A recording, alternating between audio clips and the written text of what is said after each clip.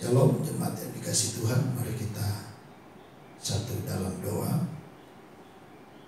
Terima kasih untuk kehormatan kami mendengarkan firman Allah. Tuhan memberkati, Tuhan menguduskan, menyucikan dan melayakan kami dengan firman. Dalam nama Yesus, amin. Jemaat Tuhan yang dikasih Tuhan, pada kesempatan ini firman Allah yang ingin saya sampaikan dari Mazmur pasal 12 ayat 7 dan ayat 8. Saya bacakan bagi saudara. Janji Tuhan adalah janji yang murni, bagaikan perak yang teruji. 7 kali dimurnikan dalam dapur perleburan di tanah. Engkau Tuhan yang akan menepatinya. Engkau akan menjaga kami senantiasa terhadap angkatan ini. Firman Allah pada saat ini saya ingin beri tema tentang hidup dalam janji-janji Tuhan. Hidup dalam janji-janji Tuhan, atau dengan kata lain bagaimana hidup kita digerakkan oleh janji Tuhan, atau bagaimana hidup kita digerakkan oleh janji Tuhan. Apa yang dimaksud dengan hidup dalam janji Tuhan? Apa yang dimaksud dengan hidup dalam janji Tuhan? Yang dimaksud dengan hidup dalam janji Tuhan adalah di mana kehidupan kita setiap saat selalu digerakkan oleh janji Tuhan. Saya beri contoh saja, kalau misalnya saudara berjanji kepada anak saudara bahwa nanti kalau kamu naik kelas nilai bagus, maka kamu akan saya kasih sepeda. Maka otomatis anak itu dia akan berusaha untuk mendapat nilai yang tinggi, karena dia tahu dia diberikan janji oleh ayahnya. Karena dia diberikan janji oleh ayahnya, maka dia bersemangat untuk belajar dan dia mendapat nilai yang baik. Nilai yang baik ini membuat dia mendapatkan sepeda. Nah, begitulah yang dimaksud dengan hidup yang digerakkan oleh janji Tuhan. Ketika bangsa Israel keluar dari tanah Mesir, kehidupan mereka digerakkan oleh janji Tuhan. Allah bicara kepada mereka melalui Musa bahwa mereka akan menduduki tanah Kanaan, di mana tanah Kanaan itu berlimpah susu dan madu. Maka setelah mereka keluar dari tanah Mesir, mereka terngiang-ngiang terus terhadap janji Tuhan ini. Walaupun perjalanan hidup mereka penuh tantangan, penuh rintangan, ada banyak persoalan yang kalau kita perhatikan firman Allah, tidak serta-merta begitu keluar dari tanah Mesir mereka tiba di tanah Kanaan. Tidak. Tetapi perjalanan itu membuat mereka tetap digerakkan oleh janji Tuhan. Jadi dengan kata lain, saudara yang kekasih dalam Tuhan, hidup yang digerakkan oleh janji Tuhan, di mana pribadi kita letakkan seluruhnya, aktivitas kita letakkan seluruhnya, visi dan mimpi kita letakkan seluruhnya untuk bergerak dalam janji Tuhan. Misalnya pada keadaan seperti ini, Anda harus punya satu statement dalam diri Anda, bahwa Tuhan itu adalah gembalaku, takkan kekurangan aku. Apakah ketika kita menghadapi persoalan ini, kita tidak mengalami kekurangan? Persoalannya tetap ada masalah, tetapi tetap ketika kita berada dalam kegerakan janji Tuhan, maka janji Tuhan itulah yang menguatkan diri kita. Janji Tuhan itulah yang menggerakkan hidup kita, supaya kita bergerak sesuai dengan apa yang Tuhan janjikan. Jadi kalau kita hidup dalam kegerakan janji Tuhan, saudara yang dikasih dalam Tuhan, maka kehidupan kita jauh lebih baik ketimbang daripada orang yang tidak memiliki kegerakan janji Tuhan. Di saat ini banyak orang yang mengalami depresi karena situasi ini. Kenapa? Karena mereka tidak digerakkan oleh janji Tuhan. Kenapa? Karena mereka berjalan dengan kekuatan sendiri. Tidak ada satu power di dalam dirinya yang bisa mensupport dirinya untuk hidup dalam janji Tuhan. Ada banyak yang mengalami frustasi. Tetapi ketika kita hidup dalam janji Tuhan, hidup kita digerakkan oleh janji Tuhan, bukan berarti kita tidak ada masalah. Tetap ada masalah. Tetapi janji Tuhan dalam diri kita itu akan menjadi motor, akan menjadi dinamo di dalam diri kita untuk kita bergerak terus menghadapi persoalan. Tetapi Tuhan tetap akan menggenapi janjinya. Jadi yang dimaksud dengan hidup di dalam kegerakan janji Tuhan adalah di mana diri kita memberi diri sepenuhnya untuk dituntun oleh janji Tuhan. Seperti bangsa Israel dituntun oleh janji Tuhan.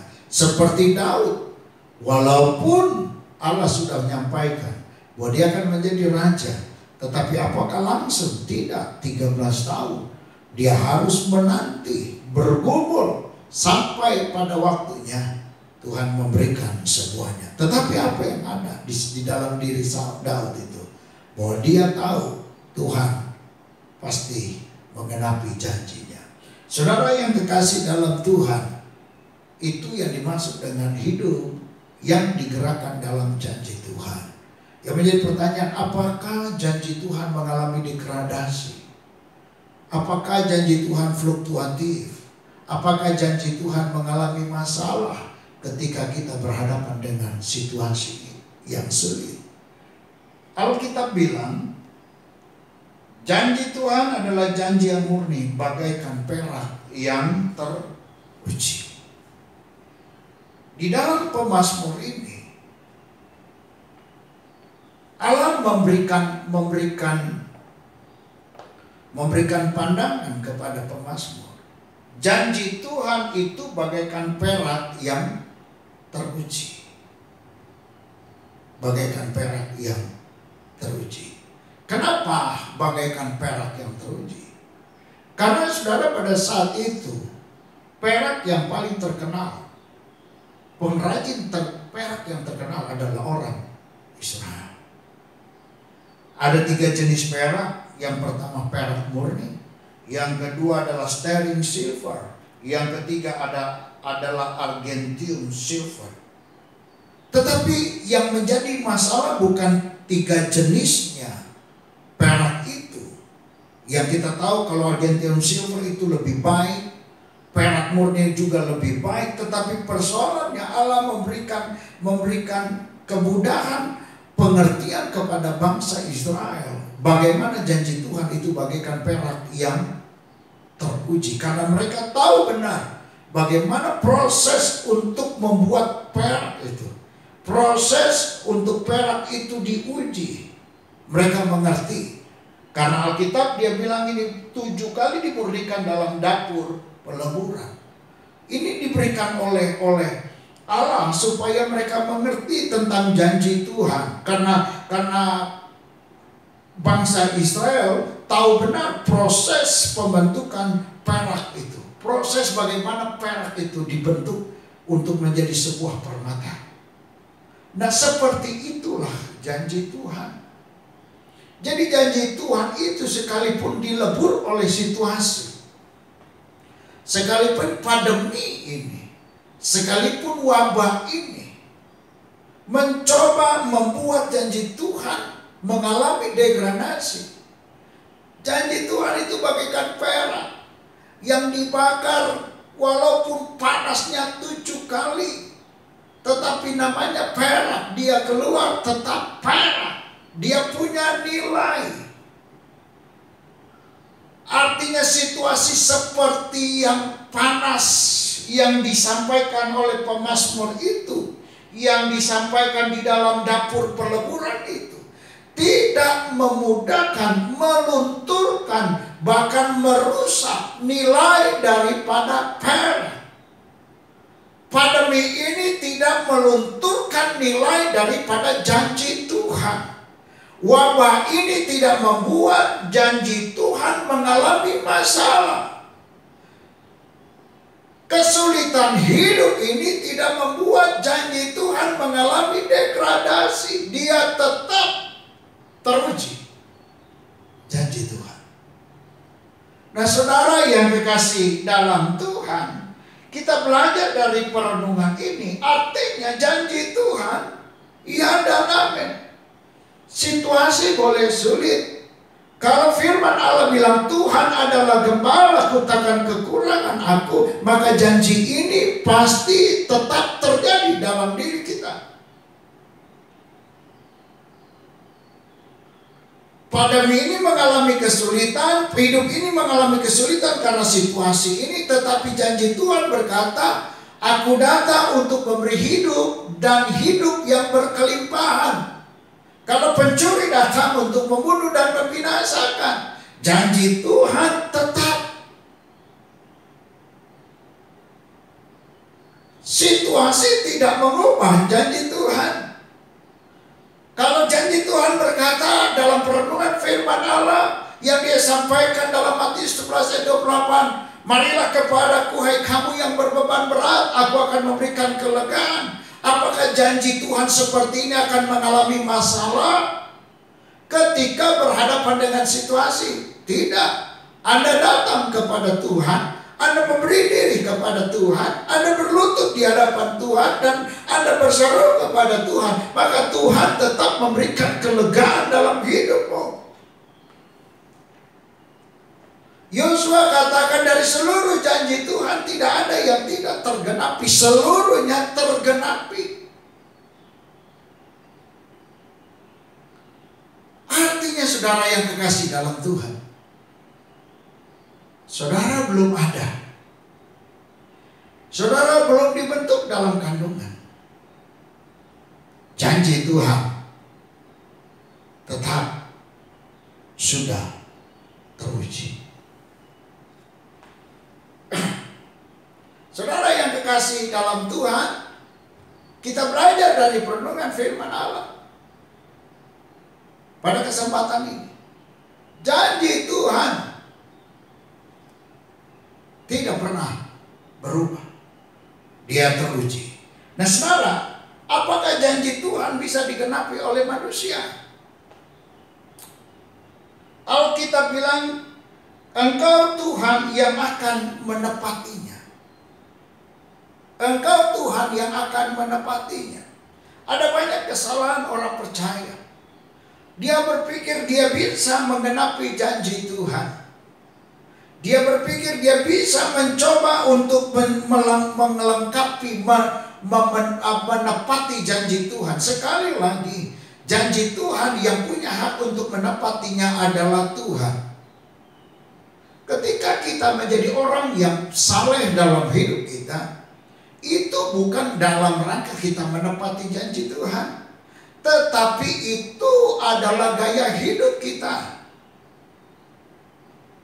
Ketika kita untuk menjadi orang yang taat beribadah kepada Tuhan, itu bukan berarti kita dalam rangka menepati janji Tuhan, tidak. Yang punya hak untuk menepati janji Tuhan itu Tuhan sendiri. Karena kemampuan Tuhanlah yang tahu benar untuk menepatinya. Mengapa Allah kenapa Allahnya Tuhan yang bisa menepatinya? Karena Dia Allah Maha Kuasa. Bagi manusia tidak mungkin, tetapi bagi Allah tidak ada yang tidak mungkin. Keadaan bisa saja memungkinkan kita untuk tidak mungkin menerima janji Tuhan. apapun keadaannya, di hadapan Allah tidak ada yang tidak mungkin. Keadaan tidak bisa membatasi manifestasi daripada Allah untuk menggenapinya. Jadi saudara yang kekasih dalam Tuhan, situasi apapun tidak bisa membatasi kemahakuasaan Allah untuk menggenapi janji Tuhan. Kalau Tuhan berkata bahwa engkau akan dipelihara, sesulit apapun tidak memungkinkan untuk membatasi janji Tuhan. Elia dipelihara dalam keadaan yang sulit. Cara Tuhan memelihara Elia itu adalah cara Tuhan. Tetapi intinya adalah ketika Tuhan memberikan janji kepada Elia untuk dipelihara, sungai Kerit pun akan menjadi alat Allah untuk memeliharanya. Itu yang kita belajar dari perenungan ini. Jadi kenapa hanya Allah yang bisa menggenapinya? Karena Allah Maha Kuasa. Yang kedua, karena Allah Maha Tahu. Allah Maha Tahu apakah kita adalah orang yang hidup dalam kegerakan janji Tuhan atau tidak.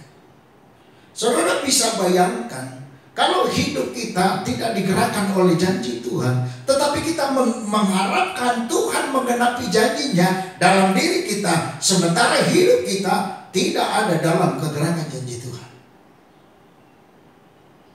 Sama dengan orang yang tidak mau percaya kepada kita, tapi berharap untuk kita melakukan bagi dirinya. Saya kira tidak bisa seperti itu. Jadi orang yang hidup dalam kegerakan janji Tuhan, Allah tahu.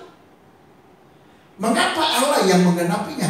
Allah ingin lihat apakah kehidupan saya dan saudara adalah orang yang hidup dalam kegerakan janji Tuhan. Dan kalau hidup kita ada dalam kegerakan janji Tuhan, Allah Maha Tahu. Dan Allah Maha Tahu juga, sekalipun kita hidup dalam kegerakan janji Tuhan, kemahatauan daripada Allah, Dia juga tahu waktunya pas atau tidak untuk kita digenapi janji Tuhan. Saya beri contoh, saudara. Kalau misalnya seorang anak, ayahnya bilang, nanti kalau kamu naik kelas, Papa kasih es krim sama kamu. Apa es krim apa saja Papa kasih. Maka anak ini naik kelas dengan nilai tinggi. Persis naik kelas dengan nilai tinggi. Anak itu batuk-batuk, demam. Kondisi kesehatannya mengalami masalah. Apakah ayahnya tetap akan berikan es krim kepada anak itu? Tentu ayahnya berpikir 3 kali lipat. Kalau saya menggenapi janji ini, anak saya berikan es krim, maka dia semakin sakit. Tetapi kalau saya tunggu anak saya sembuh, baru saya berikan es krim, maka anak saya tetap sehat. Jadi mengapa Allah yang menggenapi janjinya? Karena Allah Maha Tahu. Dan Allah tahu persis waktu yang tepat untuk kita menerima janji Tuhan. Saudara yang kekasih dalam Tuhan, mungkin pada saat ini yang kau butuhkan hanya makan dan minum, bukan yang lain. Tetapi Allah akan menggenapinya ketika memang itulah yang pas bagi kita. Seperti Elia, Allah pakai burung gagak untuk membawa Nabi. Itulah yang pas bagi dia. Tepat waktu. Seperti bangsa Israel dalam perjalanannya, tepat Allah berikan. Bahkan Allah berikan, sampaikan, jangan sampai ada mana yang disimpan. Kalau mana yang disimpan jadi busuk. Allah berikan tepat waktu. Mengapa Allah yang menggenapinya? Karena Allah Maha Tahu Apakah kita hidup dalam janjinya? Mengapa Allah yang menggenapinya? Karena Allah yang maha tahu kapan dan waktu daripada kita untuk menerima janji Tuhan. Saudara, Allah tidak berikan kepada Daud pada saat itu ketika sedang mengalami pengurapan daripada Samuel. Allah tidak berikan. Apakah bisa? Jawabnya bisa. Tetapi Allah tahu waktu yang tepat. Mengalami proses sedemikian rupa, baru Allah beri. Supaya apa? Daud kuat menghadapi persoalan. Allah mah tahu untuk menggenapinya. Dan kalau Allah ingin menggenapi janji Tuhan, saudara yang kekasih, karena Dia maha tahu, Dia juga tahu tujuan daripada Dia menggenapi janji Tuhan. Selalu ada tujuan daripada Dia untuk menggenapi janji Tuhan. Jadi apakah kita bisa menggenapi janji Tuhan? Jawabannya tidak. Hanya Tuhan. Mengapa seolah-olah Tuhan tidak menggenapi janjinya dalam hidup kita? Saudara yang kekasih dalam Tuhan, mengapa seolah-olah Tuhan tidak menggenapi janji Tuhan? Persoalannya, kita mencoba keluar dari hidup yang digerakkan oleh janji Tuhan. Ada banyak orang yang mencoba keluar dari kegerakan hidup dalam janji Tuhan. Keadaan sulit seperti ini banyak di antara kita yang mencoba keluar. Bahkan tidak lagi percaya terhadap janji Tuhan. Tapi saya percaya jemaat yang mendengarkan khotbah tetap hidup dalam janji Tuhan. Ada banyak anak-anak Tuhan yang mencoba keluar dari hidup yang digerakkan oleh janji Tuhan. Apa yang jadi? Bukan lebih baik, tetapi lebih sulit. Tetapi sementara orang yang tetap hidup dalam janji Tuhan, Tuhan tahu apa yang menjadi keperluan kita. Tuhan tahu apa yang menjadi kebutuhan kita. Dan Tuhan mengerti waktu yang tepat untuk kita menerima janji Tuhan. Pelajarannya, sesukar apapun keadaan ini, jangan kita keluar dari janji Tuhan. Saya ingin sampaikan, ketika kita keluar dari janji Tuhan, sekian lama kita tinggalkan janji Tuhan, dan baru pada waktu tertentu kita kembali kepada janji Tuhan. Saya ingin sampaikan saudara yang kekasih dalam Tuhan, maka Anda mulai start dari mula. Jangan heran saudara yang kekasih dalam Tuhan, anak-anak Tuhan yang sudah dari muda dia hidup dalam janji Tuhan, jauh lebih baik hidupnya daripada orang yang sudah tiba-tiba dalam usia-usia tertentu, sudah tua, terus dia mulai kembali hidup dalam janji Tuhan. Saya ingin pastikan pada saat dia baru kembali hidup dalam janji Tuhan itu, usianya sudah lanjut, dia baru mulai kembali. Dia mulai untuk hidup dalam janji Tuhan. Berarti dia mulai dari baru kembali. Saudara, bagaimana kualitas janji Tuhan itu? Seperti apa kualitas daripada janji Tuhan? Alkitab katakan janji Tuhan adalah janji yang murni. Apa maksudnya murni? Dalam terjemahan Ibrani dikatakan imrau, imrau. Artinya murni, tidak ada campuran. Tapi imrau itu adalah sebuah perkataan word. Itu sebuah perkataan Allah. Tuhan ketika berjanji tidak berdiplomasi. Dia tidak tambah, dia tidak kurang. Kalau dia katakan takkan kekurangan, dia tidak tambah. Dan dia tidak kurangi. Dia tidak dalam rangka ketika dia berjanji, dia dalam rangka untuk menarik perhatian saudara. Tidak dalam rangka untuk membuat saudara tertarik kepada dia. Karena apa yang dia sampaikan tidak ada unsur diplomasinya. Dan apa yang dia sampaikan tidak ada untuk kepentingan Tuhan. Tetapi apa yang dia sampaikan benar-benar untuk kepentingan kita sendiri. Apakah kita tertarik terhadap janji Tuhan, itu urusan kita. Karena kita adalah free will. Kita memiliki hak. Kita memiliki kehendak bebas. Allah tidak berdiplomasi, Allah tidak tambah-tambah, Allah tidak kurang-kurangi. Janji Tuhan benar-benar pure. You mau atau tidak, terserah.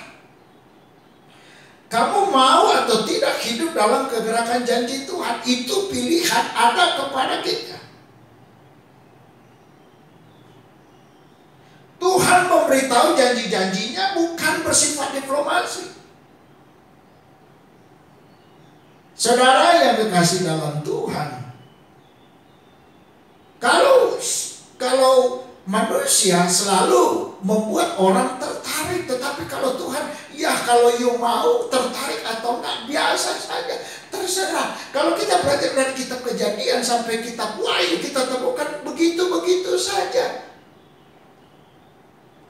Kalau engkau kembalikan milik Tuhan, Tuhan bilang itu, firman Allah bilang itu akan seperti tingkap-tingkap langit dibuka kepadamu. Itu saja.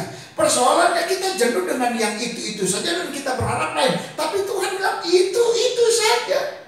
Tidak ada unsur diplomasi. Kita mau atau tidak. Kalau kita mau, maka kita menemukan Tuhan menggenapi janjinya.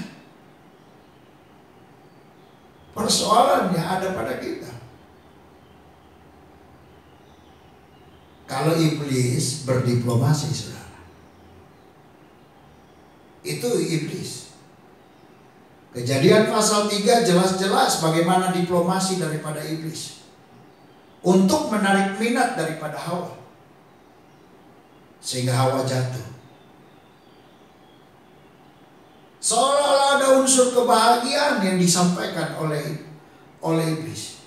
Kenyataannya begitu dia makan, bukan unsur kebahagiaan, unsur kehancuran. Tetapi kalau janji Allah tidak ada diplomasi.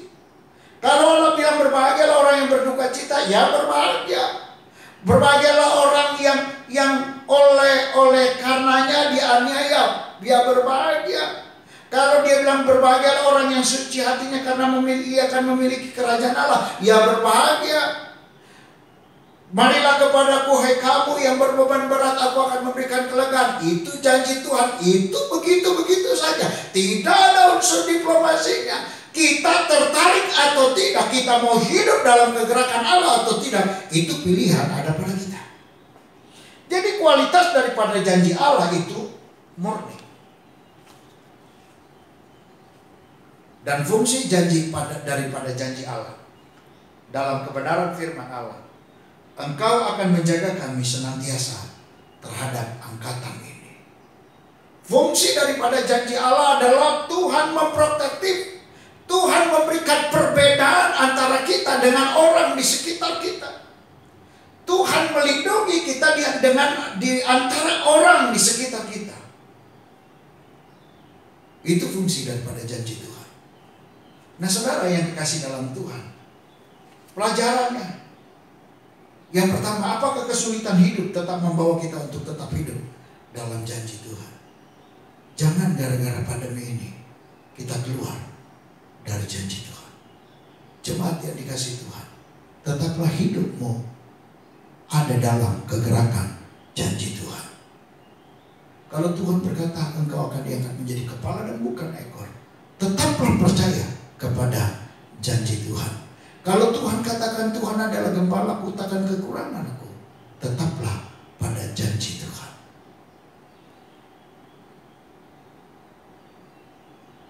Apakah kesulitan hidup ini telah membuat kita untuk kembali kepada janji Tuhan? Kalau saudara karena kesulitan hidup, kembali kepada janji Tuhan. Kiranya firman Tuhan membantu kita mengerti. Tuhan memberkati. Mari kita berdoa. Terima kasih Tuhan Yesus untuk firman. Tuhan memberkati. Yang lemah Tuhan kuatkan, yang susah Tuhan pulihkan. Dalam nama Tuhan Yesus Kristus. Haleluya.